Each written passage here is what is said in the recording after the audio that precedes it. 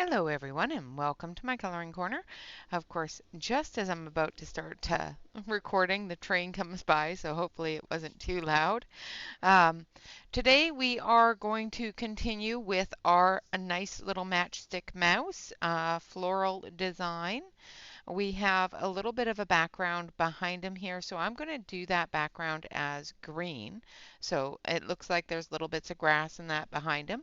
We're also going to take care of the leaves and another thing that you probably noticing on your flowers is the white spot. So when you color flowers, sometimes it goes very smoothly and sometimes you end up with lots of different little textures in your page. Sometimes the white spot is a good thing, sometimes not so much. White spot gives your highlights a bit of a dimension and that sort of thing, and that's why we were working with the white spot for the first lesson, utilizing two different colors to create your shadows and your highlights. Now I'm going to zoom you in, maybe, as soon as this train goes away. It should get a little bit better for sound. I'm going to zoom you in. I'm going to move you there a little bit so that I can see what I'm doing and you can see what I'm doing. There we go. So if you can see, actually I'm going to zoom you in just a little bit more so you can see the white spot on my page. And then I'll zoom you back out. So as you can see on this rose here, there's a lot of little white dots, and that's the white spot. What white spot is the tooth of the paper coming through the layer of pencil we've put down. Now, the way to get rid of some of the white spot, especially in the areas that you have colored, where you don't want a lot of that white spot, is to, of course, come back through with your pencils and fill in that area. So you can avoid getting white spot and having that show through just by adding new layers. When you're adding layers, try to still maintain your highlight, but you come through and you just continue to add layers until you are at a point where you don't see the white spot anymore. Another way, of course, of removing the white spot from your page is to blend it. Now, we are going to blend these flowers. I'm just going to add a little bit more so you can see what I'm saying. With adding more color, you fill in that white spot a little bit. Now, you can blend with a like color. So a light color would be a lighter form of the red. So we're only using the two pencils here, and I don't want to really change the color too much. So the other way of doing that, of course, is by using a blender pencil. So I'm not telling you to get a blender pencil because there is other ways of doing this, and we're going to do this in a different way. But the Caran d'Ache blender stick, the bright stick, and the blender pencil that comes with it are both wonderful tools to have in your studio kit, whatever you want to call your coloring area. The reason being is because this has no color, and what it does is it actually brings the color together. I'm going to do this one here, and it moves it around a little bit to fill in that white spot, but it doesn't change the color that you have put down. Where if you use white or pink to fill in that white spot, it's going to change the color a little bit. And I'll show you that on another petal because we are actually going to utilize white for our blending because I want the white highlight to show up. So the white that we typically use for our highlights is a Prismacolor white, but you don't need to use a Prismacolor white. You can use any white that you have in your pencil set. The Prismacolor white is a great white for highlights because of the fact that it is very opaque. So it will definitely show up against the colors that you have laid down, as you can see there. But it smooths them out a little bit and removes a little bit of that white spot. But we're not going to use the Prismacolor white on the rest of it. I just used that so that I could add that little bit of color back in. The little bit of white spot that the Caran d'Ache blender took out. Now we are going to be blending with the white that comes in the Coloria set.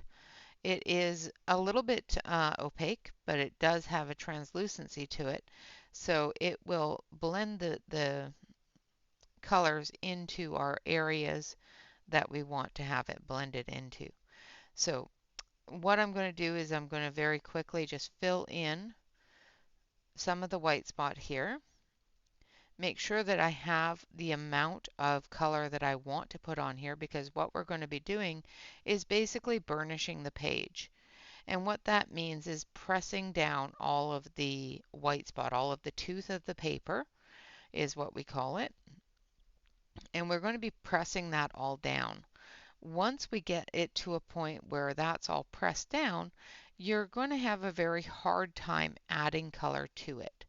So make sure that you have all the color on the areas that you want the color to be on in the depth that you want that color to show.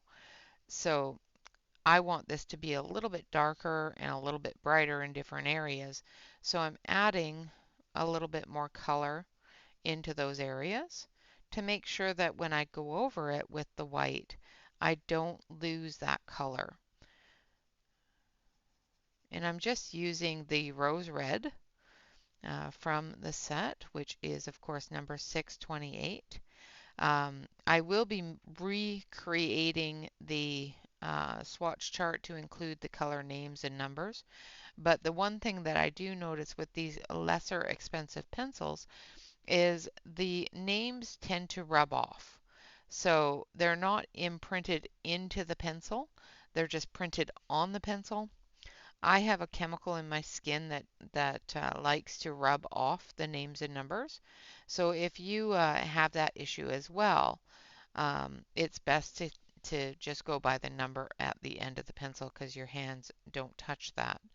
Once you get to a point in your pencil where you're all the way down here and your hands are touching that, another thing you can do is put a little um, dot sticker on the end of your pencil with the color number on it, so that you still have the ability to see the color number.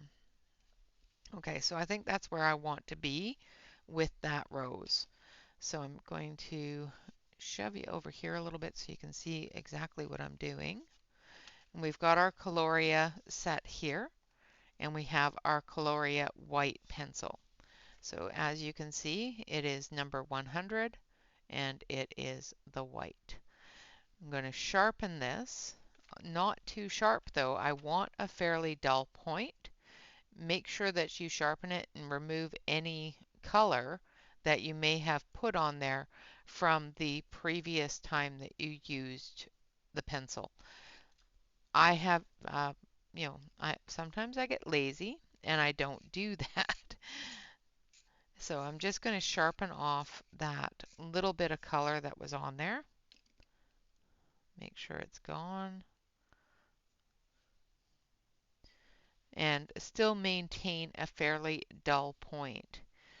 And then I'm going to start in the highlight area, and I'm going to work my way out. And start in the highlight area so that you don't push too much color into those areas that you want that highlight to be. And as you'll see as we go along, you'll notice that the color is smoothing out and blending together.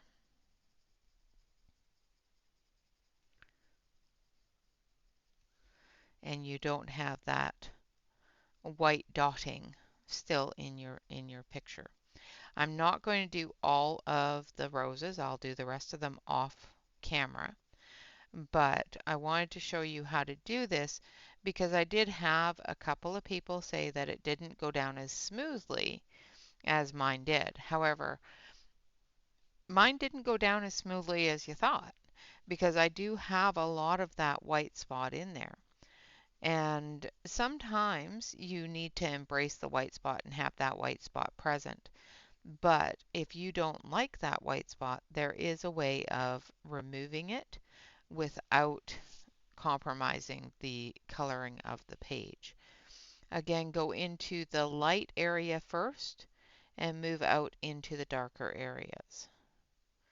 If you get it on your color, your black line area and you don't want it there, just take an eraser and pick it up. It's fine. That's the great thing about erasers. Also, I'm going to show you another technique that you can do if you do find that you have pulled too much color into your white spot, into your highlight area, and you want to replace that. I'll show you that up here on this petal here. So I've got a light area here and a light area here. Now, if I forget to start here and I start here and I move that this way, as you can see, it's pulling that color up into that white area. Now, I don't want that. So what I can do is I can take my electric eraser, make sure that it's clean, and I can come back through and just very gently, barely touching the page, come in and pick that off.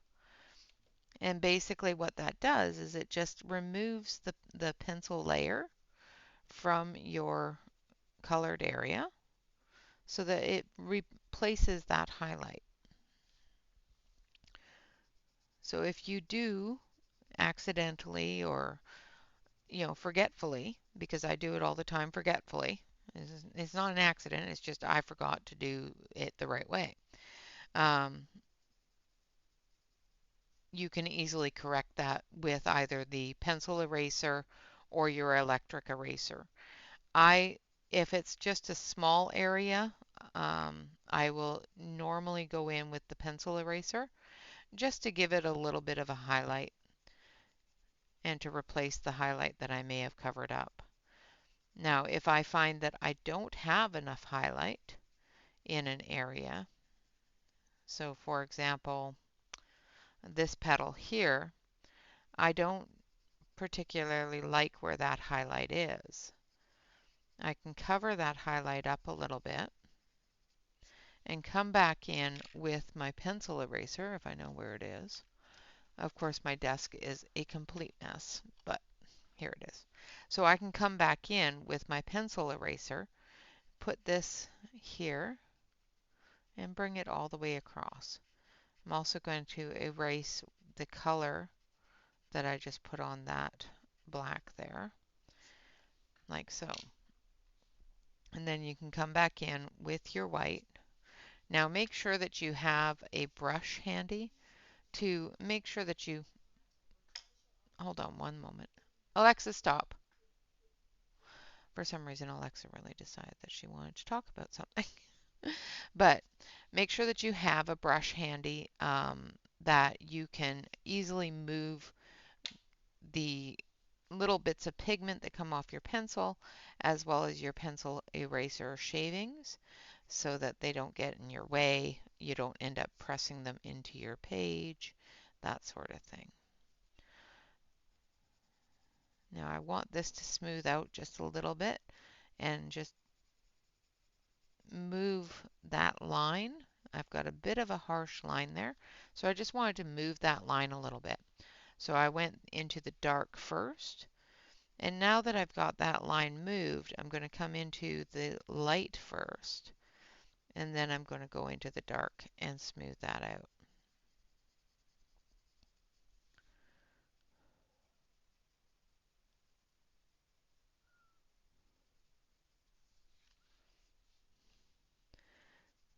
Now, another thing that's really good to have on your desk while you're coloring, um, when you're using a white or a blender pencil, is a piece of paper towel or a piece of paper that you can use to just to rub off that bit of color that is going to end up on your pencil.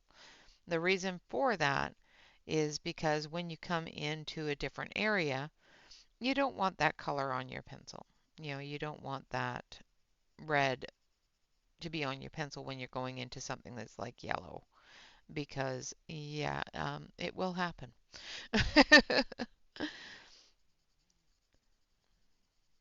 So I'm just going to finish up this rose and then we'll move on to our greens and our leaves.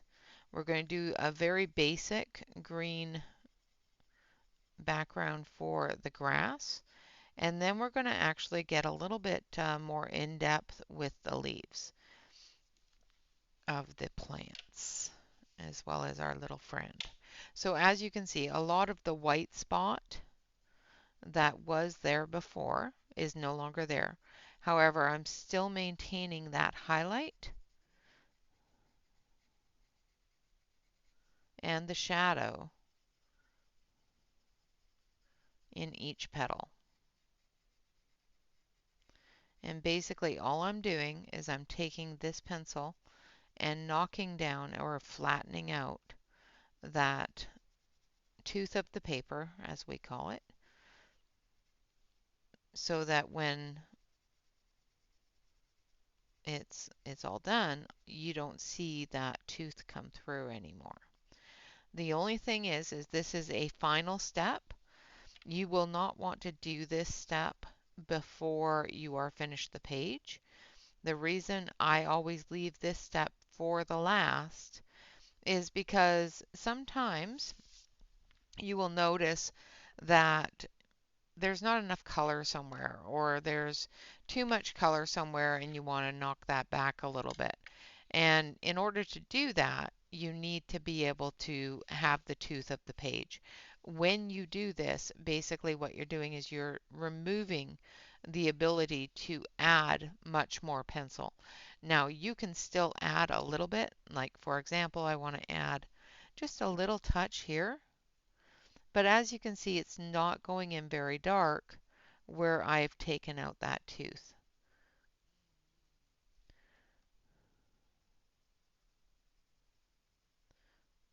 The areas that there's still a little bit of tooth shining through, I can still add some color. But if I take all of that tooth out with a white pencil or a blender pencil, the Caran d'Ache blender, I can add a little bit more at a time, but sometimes with the white pencil especially, it makes it very difficult to add much more color. Up against the black areas, you can get a little bit more color in because you're not going all the way up to that with your white.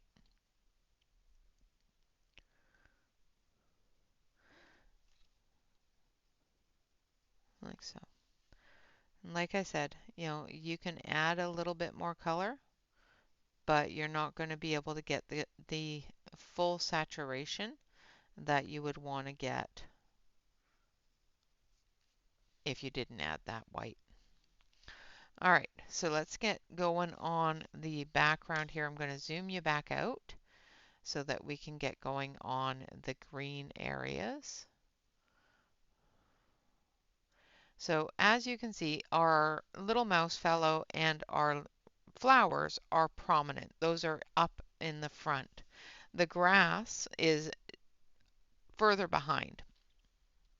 And I have lost my swatch chart. Hold on a second. I have to find my swatch chart. I seem to have lost it. I had it. I know I had it. There it is. I lost my swatch chart. I can't function without a swatch chart. A lot of people can function without swatch charts. I am not one of those people. So I need number 319, number 356. We're going to add more than 2 colors this time. So we're going to be adding 3, maybe 4. 356, 3, 4, yeah, 308 is the next one we're going to add. All right, so we're going to add 3 colors to this time. So we're going to add a shadow color, an extension of the shadow, as well as a highlight color. The first one that we're going to put down, and we're going to do this light to dark. Sometimes I prefer to go dark to light, but because of the fact that we want the base area to have some light, and we're going to be adding a lot more darker colors to this, we're going to start with the light. You will find that putting down a light color first is going to lighten the colors of your dark colors. So if you want certain areas to be much darker, you need to choose a really dark color, which we have done, which will lighten up a little bit once we get on top of and blend it into the lighter colors. So we're going to go from dark or from light to dark um, in this process here. We're not going to worry too much about um, the details of the grass. We're going to worry more about the details of the shadows from the flowers above it, as well as our little mousy friend here.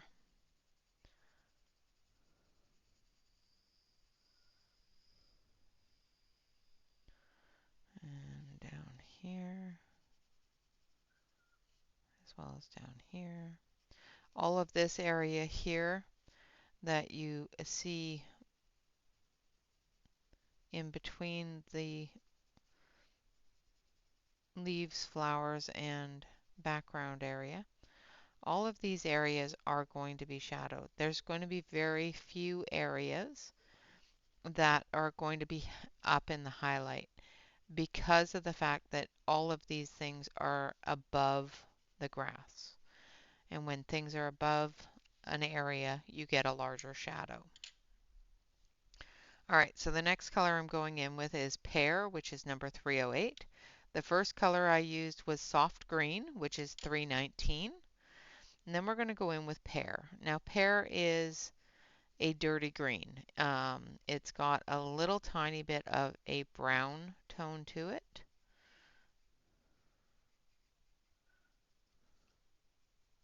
And we're going to go into all of those shadow areas with it. Try not to put too much pressure on your pencil because we need that tooth in the paper so that we can build those colors up.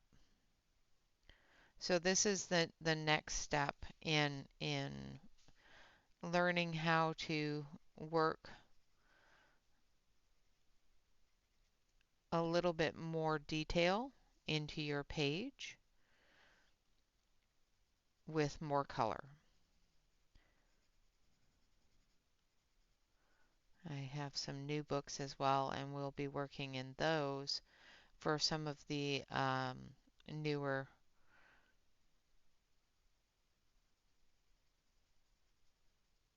lessons or some of the more detailed lessons after we finish up with this book. So keep an eye out for some flip throughs of some really cute new books that we'll get into a little bit more detail on the doing fur and that sort of thing.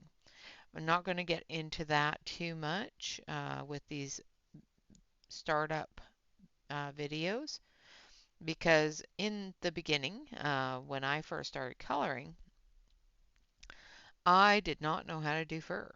It took me a very long time to figure out how to do any type of fur, even basic fur. It was always just a flat color. Um, and I was not very good at it. So I took a lot of time playing with different techniques and different things that I saw other people doing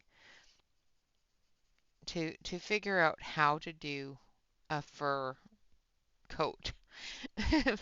And I still am not perfect at it. There are some that just perplex me, that I go, yeah, I can't do that. But I will show you how to do the basics of them and how to build on that skill is I guess the best way to put that. Um, I don't like the word homework because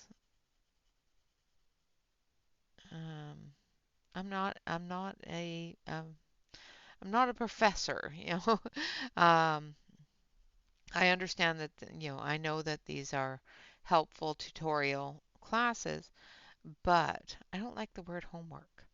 So instead of calling it homework, leave me a comment below the video of what you feel I should call it instead of homework when I give um, small bits of information for you to catch up on, including, you know, getting ready for the next lesson.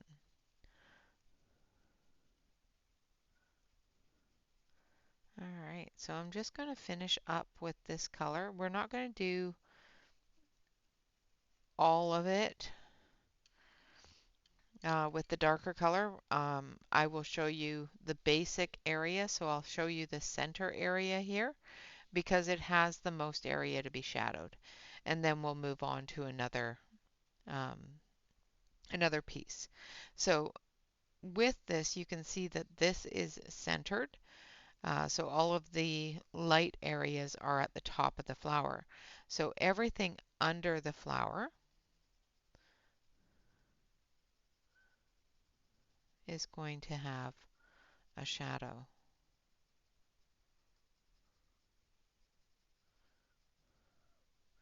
Now, if the light source was coming from the side or coming from this side, the shadow would be extended under that rose a little bit further.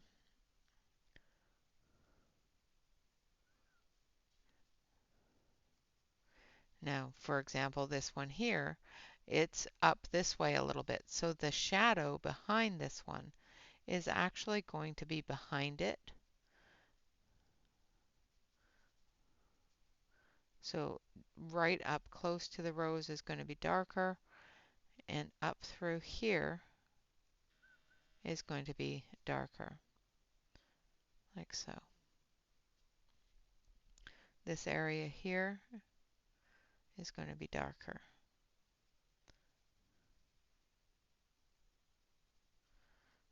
This area here we're going to do darker, like so.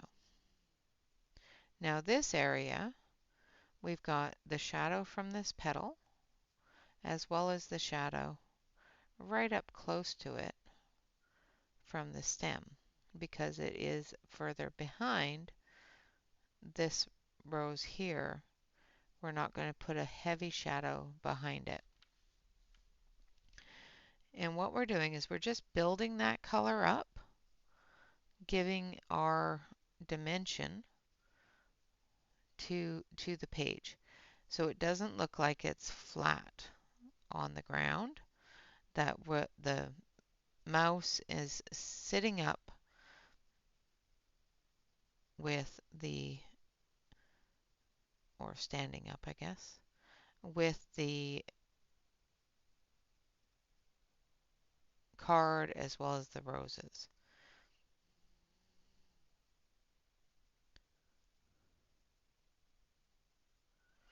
All right, and we're going to come around here.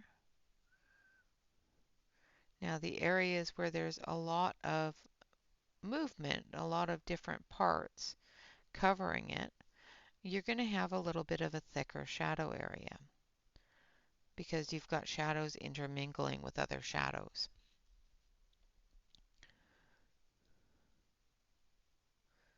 And this, what I'm going to show you with this is how to blend with a like color.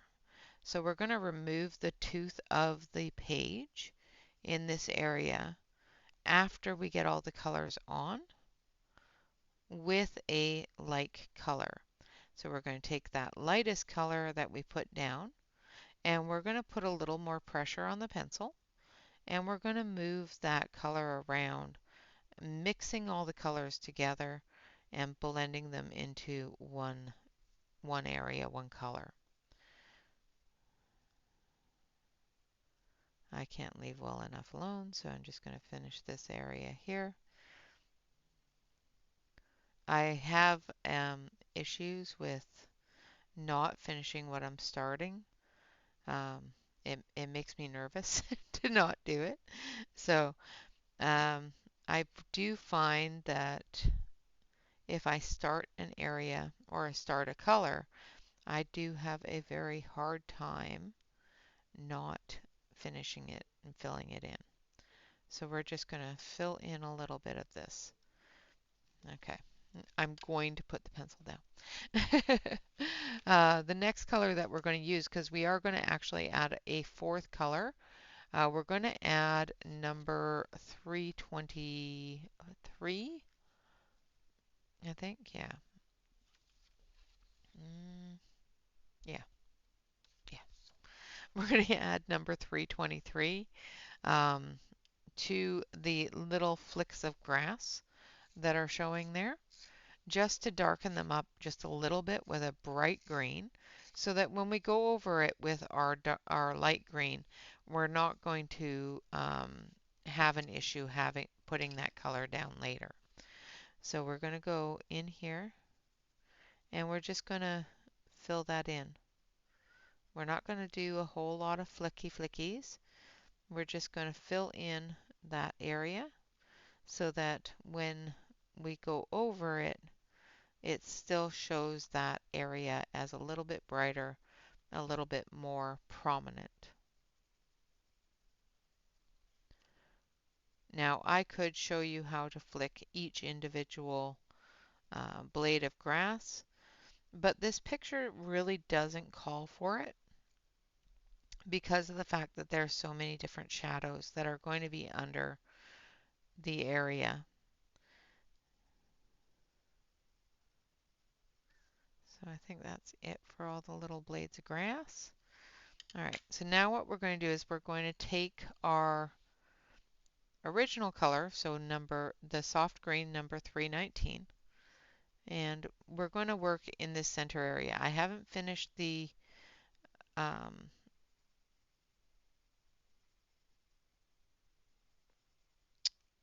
shadows up there, so we're not going to go into that area. I'm going to work from the darkest areas out into the lightest areas. The reason I'm doing this is because I want to blend those colors together to create that grass color. The shadows are still going to be there. The shadows are not meant to be a different color than the grass color. It's just supposed to be a darker area on the grass that the shadow is putting in. So doing this, it will help us blend those colors together. It'll burnish the page a little bit, so anything that we add to it, we will have a little bit more difficulty going over top of the grass. But it will finish off that area. So what we're going to do for our non-homework coloring stuff tonight is we're going to blend, well, this next week because I only do them once a week, but we're going to blend all of our roses with a white pencil. Start in your lightest areas first and then blend them out into your darker area. The reason why we are doing it from light to dark on the roses is because we want that dark to show on its own. We want that white area to show as a highlight. Okay, so we've got this area here all blended together. And as you can see, there's not a harsh line between the colors being blended because we've taken this lighter color and gone over those darker colors, which has blended that color into the lighter color, giving us that shadow area. Now, if you find that you need an area darker, you can come back in with your darker color and just add just a little bit. Now, what I suggest doing is do this in stages. So when you go over it and you're happy with the amount of shadow that's there, go over it again with your lighter color or with a colorless blender and just blend it all together. You'll do the same thing with a colorless blender that you are doing with your light pencil. Start in your darkest areas first, blending that out into your lighter colors. Now, if you have a large area like this area here, where there's not a lot of light color, you don't want to bring your dark color into it. So start with your light color and blend into your dark color.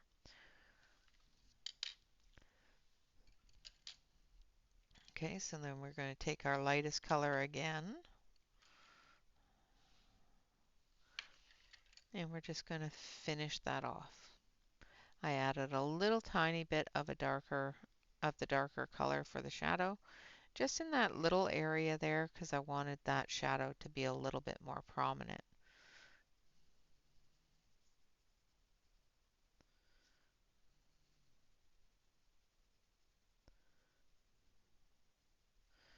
And as you can see, the comparison between this area here and say this area here is you can see where everything is. You can see where the roses are standing above the grass. You can see where the mouse is showing above the grass, but you can still see the brightness of the grass as well as the shadow of the grass below. And that's, the best thing about using and utilizing many different shades of the same color is it gives you that dimension, gives you that depth in your picture that a lot of people are looking for when they're coloring. Now you could use several more different colors. You could use, 4, 5, 6, 7, 8 different colors and still get that depth. But sometimes only using 2 or 3 colors, at most, 4, gives you that ability to still have that depth without trying to remember exactly what colors you've used in an area.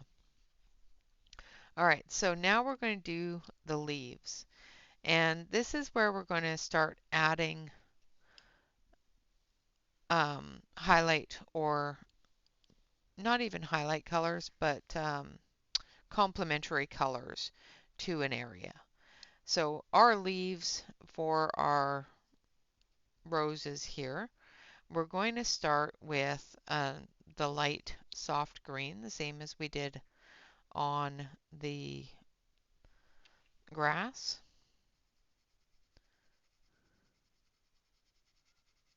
And we're just going to do a very loose layer. And we'll do a little bit up here.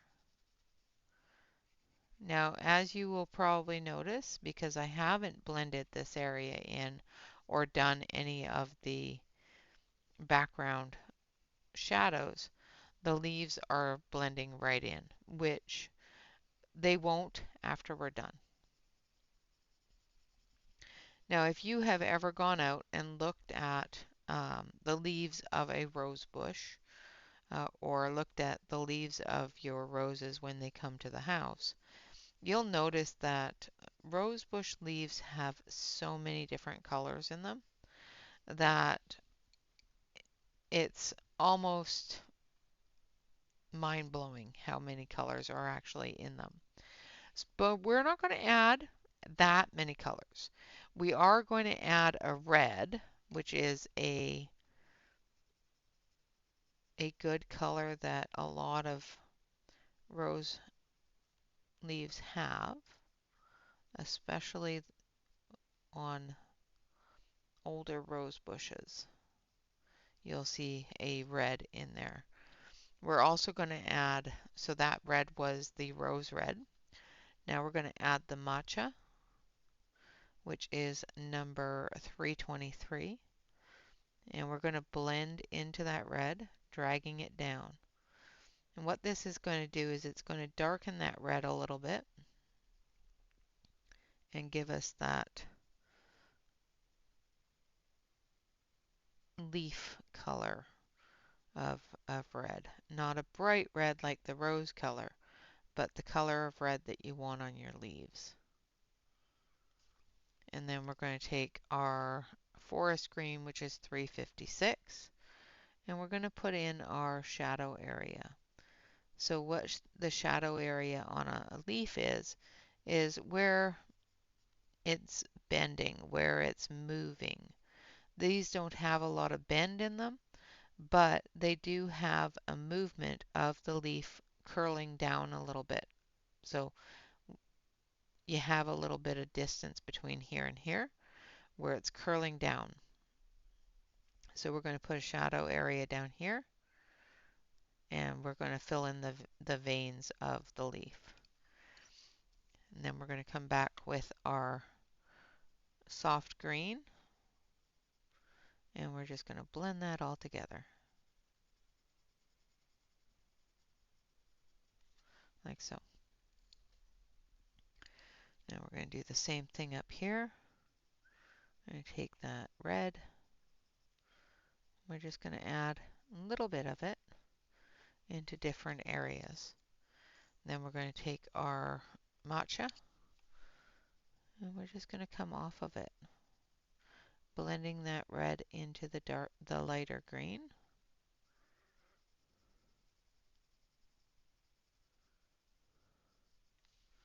Like so. And then we're going to come in with the shadow color, because we've got a shadow here from the rose as well as the shadow from the motion of the of the leaf. Then again, come back through with that soft green and blend those all together, giving you your leaf color. Now this is the same sort of thing. We're not going to use the red on this one because it's a very young leaf, but we are going to use the matcha as well as our dark green, which is the forest green.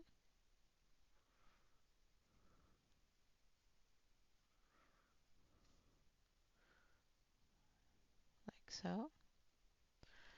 And then we're going to go back over the tip of it, especially with our soft green. This one here is a little bit of an older leaf, so it's going to get just a touch of red. I'm not going to put a whole bunch, just a little bit coming off of there. And you just vary how much you're going to put on. You know, you don't have to put a lot on. You don't have to put any on at all. You know, it just gives a little bit of a variation in your leaf color so that you can you don't have a ton of just green in an area, because sometimes that can be quite boring. And sometimes you just want to have a little pop of color in that green. Now you can also use a purple, you can use all sorts of colors to do this. I like to use a bit of red or a little bit of orange, especially in leaves, because when you look at a leaf, even in spring or summer, you will see that there's different colors that, that grow in the leaf. It's not just a green color. There's yellows, there's, depending upon the time of year, there's yellows, there's reds, there's oranges, there's browns, there's so many different colors in nature that just naturally make the foliage pretty. And basically, what we're doing here is we're just adding a little bit of that color into our leaves to make those leaves look a little bit more natural and to give our plant a little bit of dimension and natural look. All right, so this one here, we're just going to take our matcha green. We're going to come in through here. Now this one has a lot of shadow, so we're just going to fill in this whole area.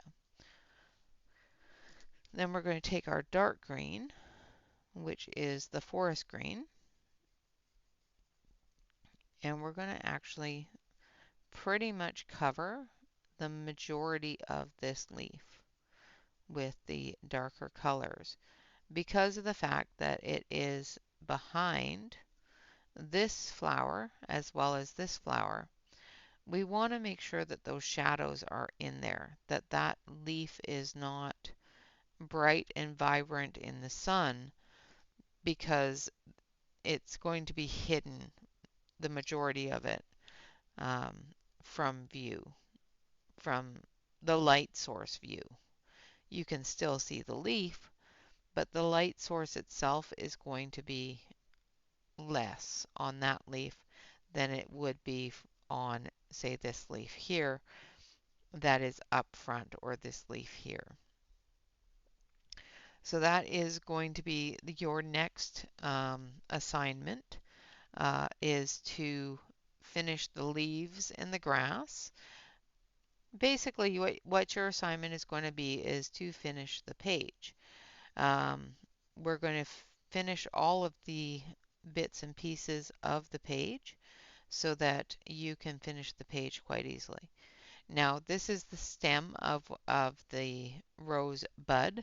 I'm using pear for that as my base color.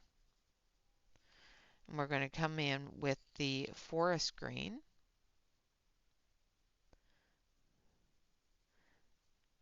And we're just going to come in and add that shadow from the mouse as well as the shadow underneath here. On the thorn, we're just going to take a little bit of this red and blend that in. And then we're going to take our bright green, so our soft green, and we're just going to blend all those colors together with the lightest color in our green tones that we're using. And that's how I do rose stems. So we're going to do the same thing over here. We're going to start with our stem this time because it is the smallest part.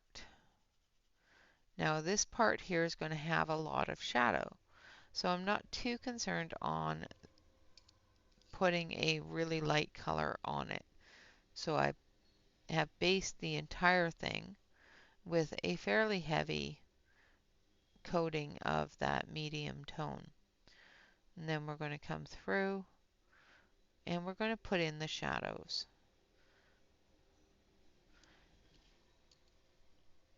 And then we're going to just take our little bit of dark brightness in this pencil here, which is the matcha, and just add a little bit of bright color to it. If you find that you have a little bit of white spot or the shadow isn't quite to the depth you want it to be in any particular area, just go back through and just blend it in. Make sure that you blend it out. And what I mean by blend it out is what I showed you earlier on the roses, where you put the color down and then you lighten your hand as you're coming into the lighter color, so that you're getting a slight dusting basically of that color without digging into that color.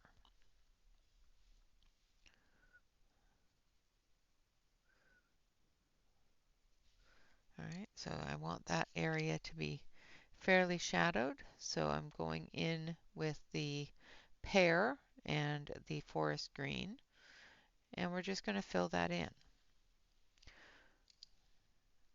Now, just to make it stand out just a touch, we're going to add that light green back in just a little bit, just so that area stands out comparative to the stem of the flower. All right, so this part here, now if you look at a rosebud, these little parts here as the rosebud is opening are when you look at a rosebud, it has the green and the red wrapper basically on the bud. So this here is those leaves as they come open.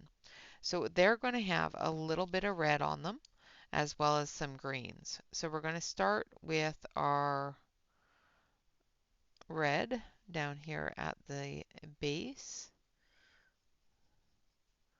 as well as a little bit at the tips here. And we're just putting in a little bit, different little flicking areas of red that we're going to blend in with those greens. Now we're going to take our light green and we're just going to go over top of it. The reason why I'm doing the red first and then the light green is because the yellow in the light green is going to turn some of that red into orange, which is going to give us a different level of color in those brand new leaves. And then we're going to take our shadow color, which is the forest green. Now this is curved up. So this part down here is going to have a shadow for that curvature, as well as for this flower petal here. So I'm pressing a little bit harder around the flower petal, but I'm putting a little bit of light pressure on the area that I want that curvature to look like it's shadowing. Same with there. This area here is going to be shadow, and this area here is going to be shadowed. And of course we have a shadow here from this flower, and a big shadow here from this flower, and the curvature of the leaf.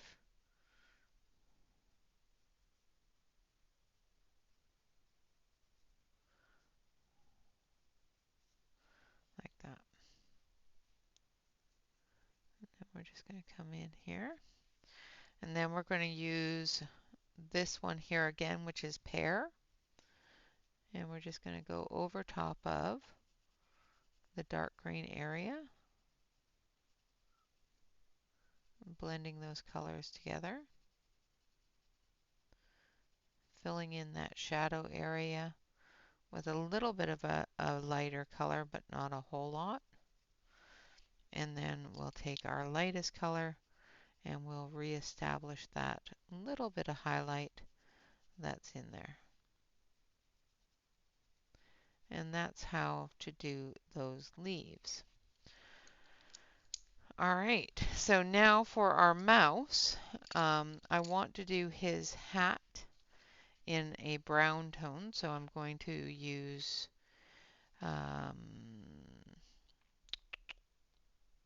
802 and 832.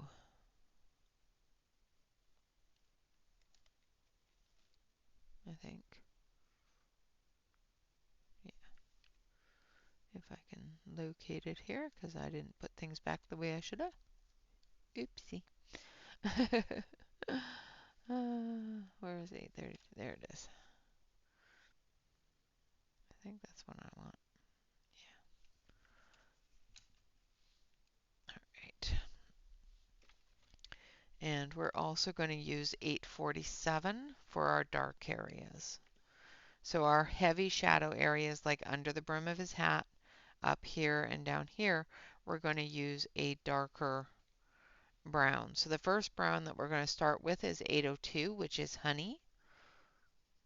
And we're just going to use this as our base coat.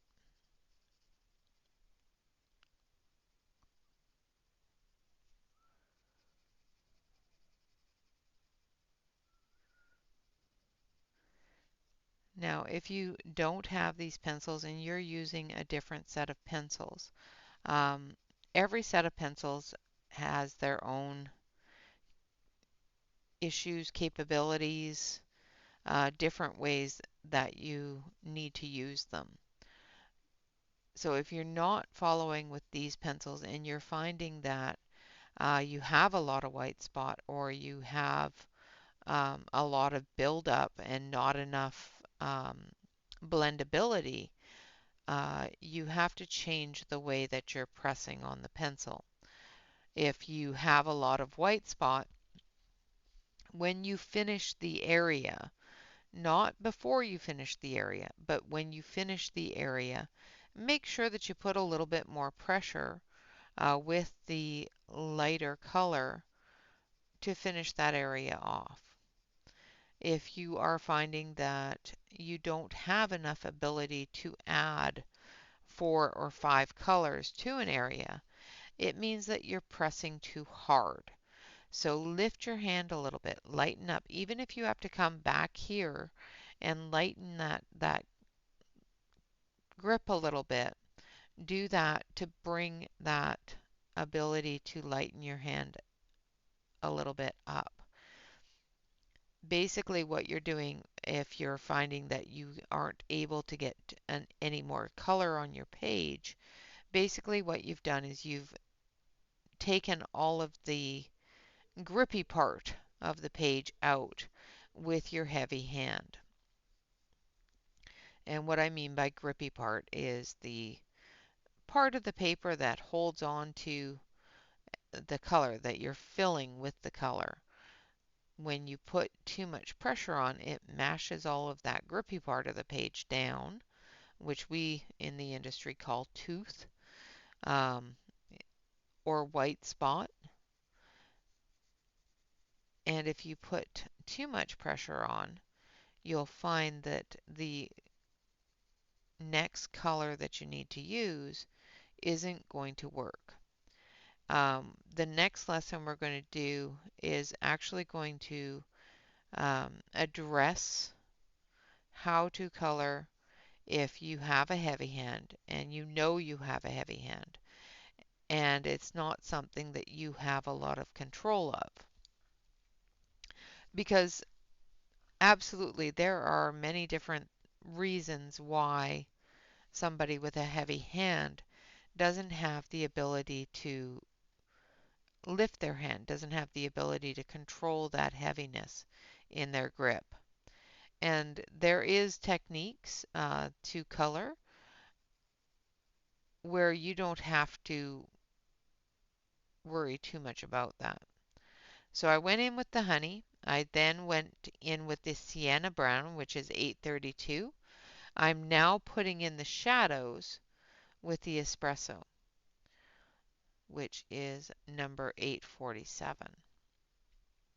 And as you can probably tell, I haven't colored this area down here because I want to do that in the dark colors to get that shadow nice and heavy. We want the shadows over here as well, from behind his ear as well as behind the flower. So this area here is going to be quite heavy in shadow. We've got a curvature to the hat here as well as up here. So we're putting in that dark shadow to cover that curvature. Now we're going to come back in with the honey and we're going to blend those colors together. Bring in that shadow into that lighter color as well as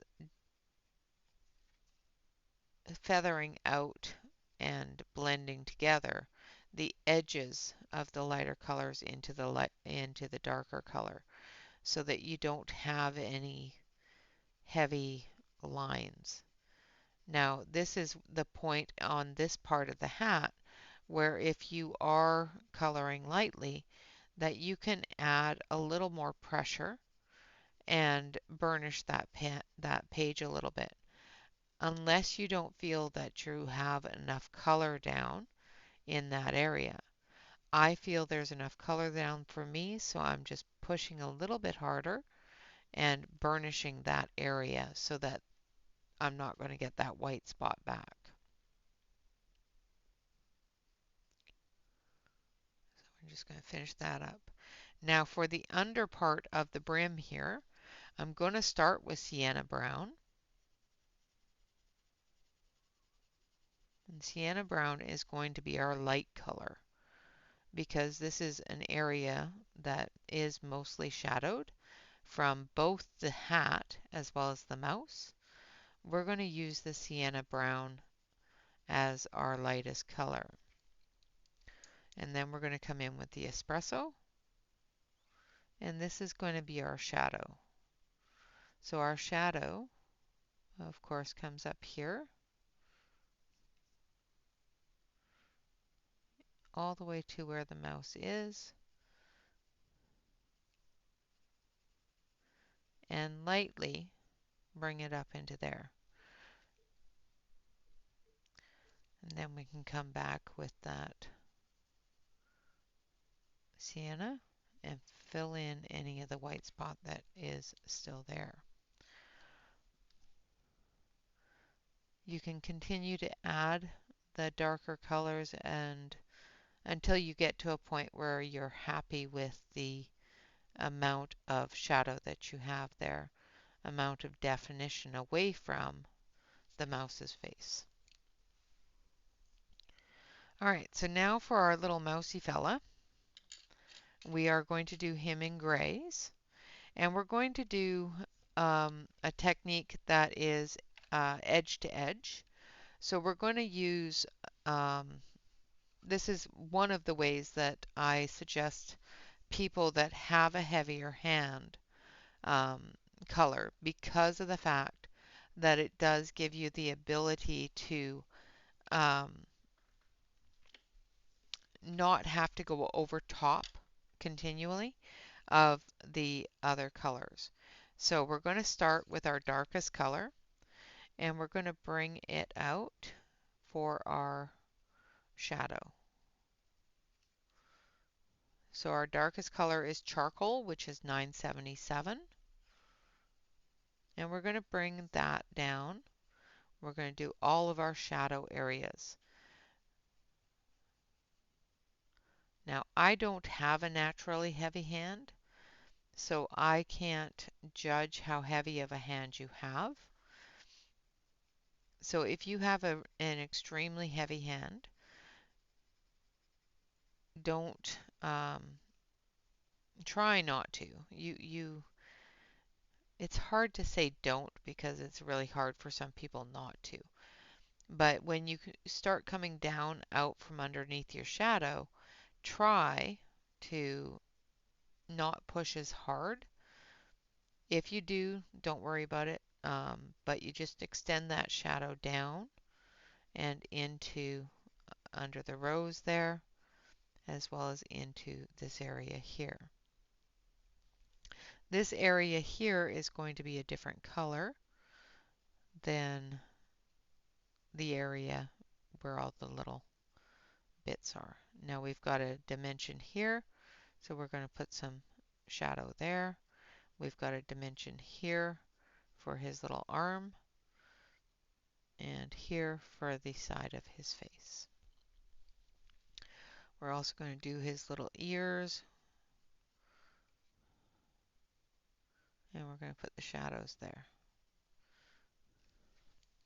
All right, so the next color is the elephant gray, and we're going to come over top of the darker gray, and we're going to blend it down.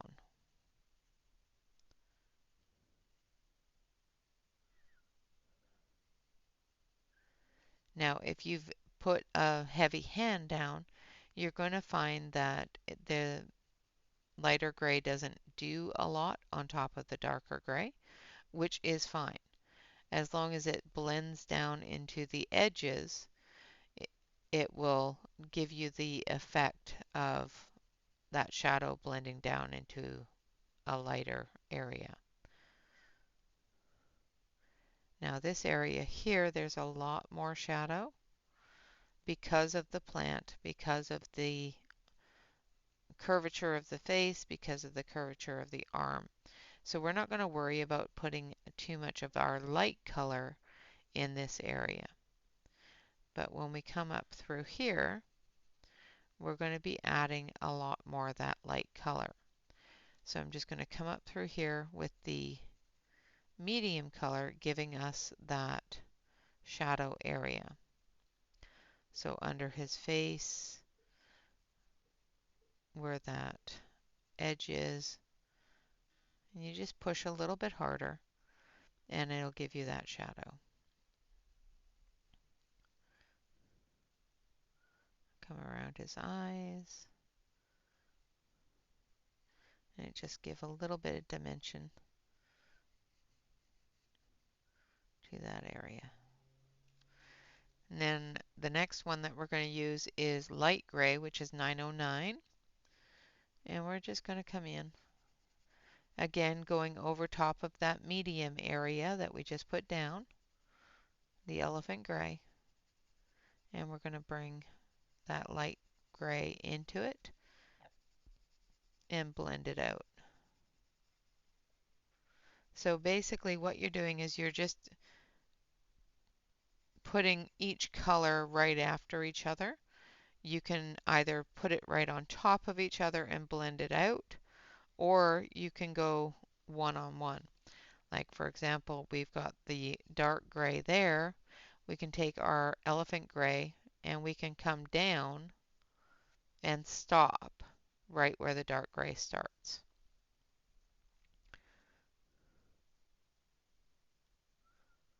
And it will give you the ability to have that light area as well as the darker areas. Now we're going to take our color for the inside of the ear, which we're going to use a nice pink, but not too much of a pink. So we're going to use two different colors here. And then we're going to do the same thing for his little nose and his little fingertips. So we're going to start with Peony, which is number 527. And we're going to do the shadow edge, the darker part of the inside of the ear, where the folds of the ear are. Again, we're going to do the same technique that we did on the face and neckline of the mouse. In the ears, we're going to, well, in this ear anyway, we're going to put in that dark pink color, and you can't see it very well because it's not a heavy dark pink. It is a light pink, but it's not the lightest pink, if you get what I mean.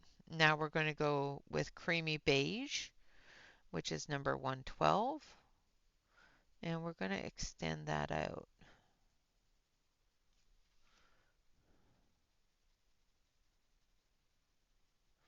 Blending into that edge of that pink.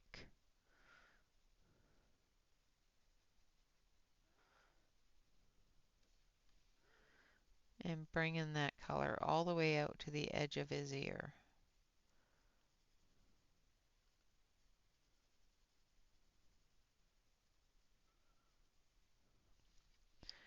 And then we're going to take our darkest gray, which is charcoal, and we're just going to come around the edge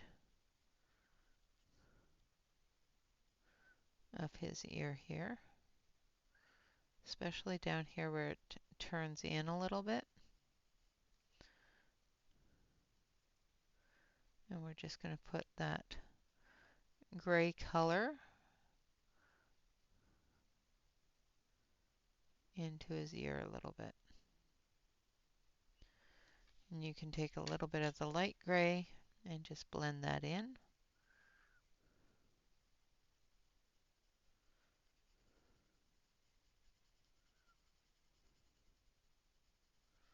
And then you have his little ear.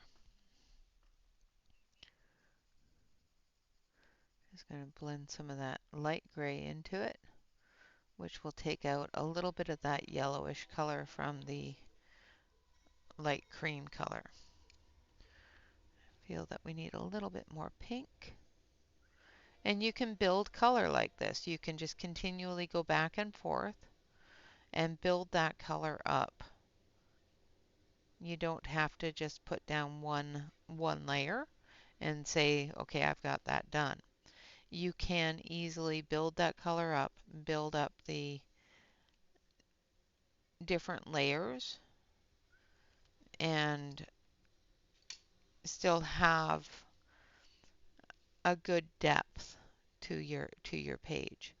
I'm going to put a highlight on his nose here, like so. All right, now we're going to do his eye, and I want him to have, let's see, let's do a little blue eye. Now, the eyes don't have to be extremely complicated. Basically, all we're going to do is we're going to go around with a little bit of an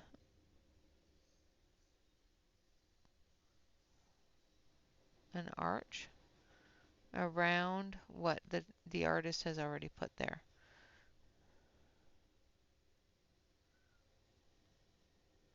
With the darker blue. And then we'll take a very light blue. So the darker blue I used is blueberry. And then we're going to take a lighter blue, which is light blue, and we're just going to bring that in, blending it into the blueberry, not taking it all the way out, but taking it out most of the way to give that eye color.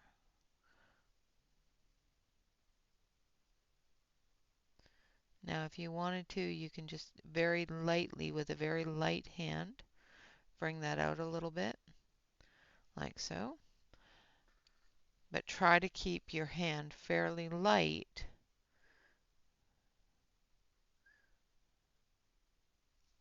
when you come up into the white area.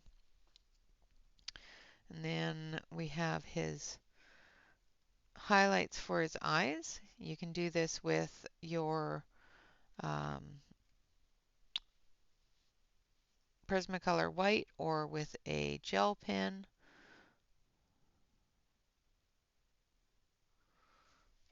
That sort of thing. And it just gives a little bit of reflection in his eyes. Now for our little tag here, I am trying to cover all of the different areas. For the little tag, we're going to use the same colors we used for his hat, but we're not going to cover the whole area. So we're going to use the honey here.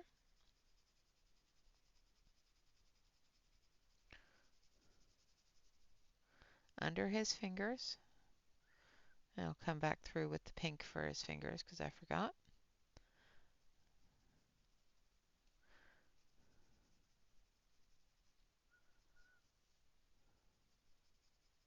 And we'll be coming through with the cream as our lighter color and our blending color for our tag.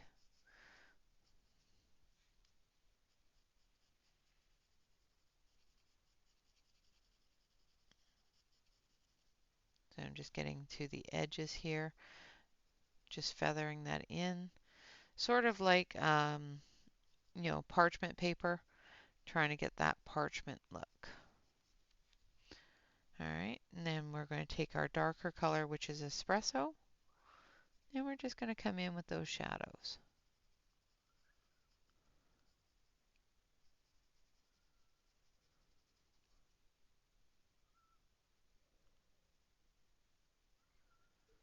Shadows under his fingers here, as well as under the ribbon here.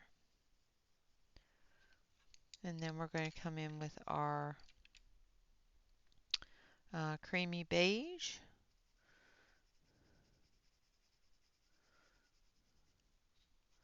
And we're just going to fill that in. You can also use cream. You can use pretty much any color that you want for this. If you use, say you want to make the tag blue, just make sure that you use a very light blue for the base or to cover the whole area, a medium blue for the edges, and a dark blue for your shadow areas.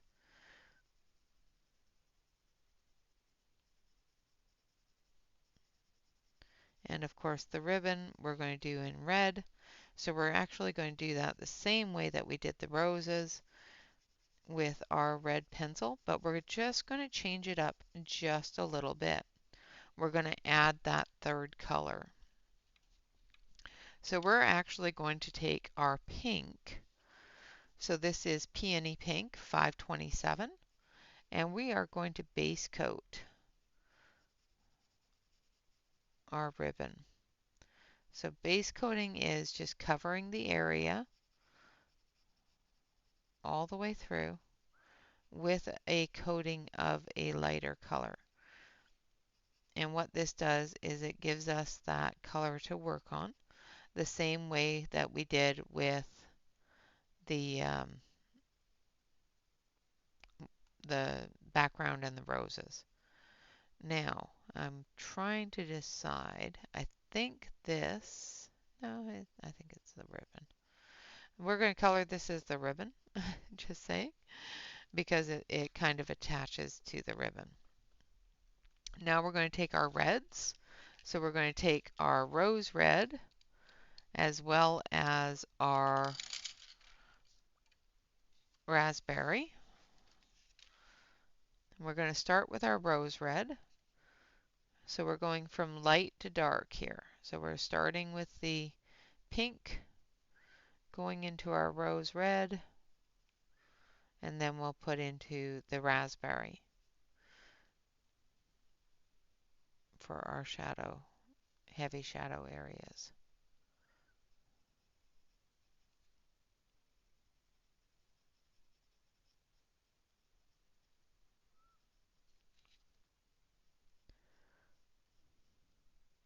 And I will be working on homework as well.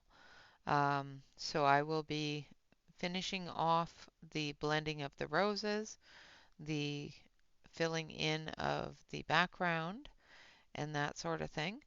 When we come back for the next lesson, I will have a new page chosen and we'll start doing other things like finding a page that has a prominent light source in it so that we have to work with somebody else's light source and that sort of thing, which will hopefully show you how to do shadows from different directions. Um, if the light source is coming from the left, the right, that sort of thing. It will also help you understand your depth of color. So if it's a really dark room, you may find that you need to use a little bit more black, a little bit more gray in your coloring. And those colors are not scary. So, don't be afraid to use a black pencil for your shadows. Don't be afraid to use a gray pencil for your shadows. Those colors are absolutely wonderful colors to build those shadows up, darken them down without creating a whole lot of um, color contrast. It gives you a shade contrast, but not a color contrast. All right, so then we're going to come back in with the pink, and the pink is going to be our highlight and our blender. So we're going to come in with that pink fairly heavy in our highlight areas.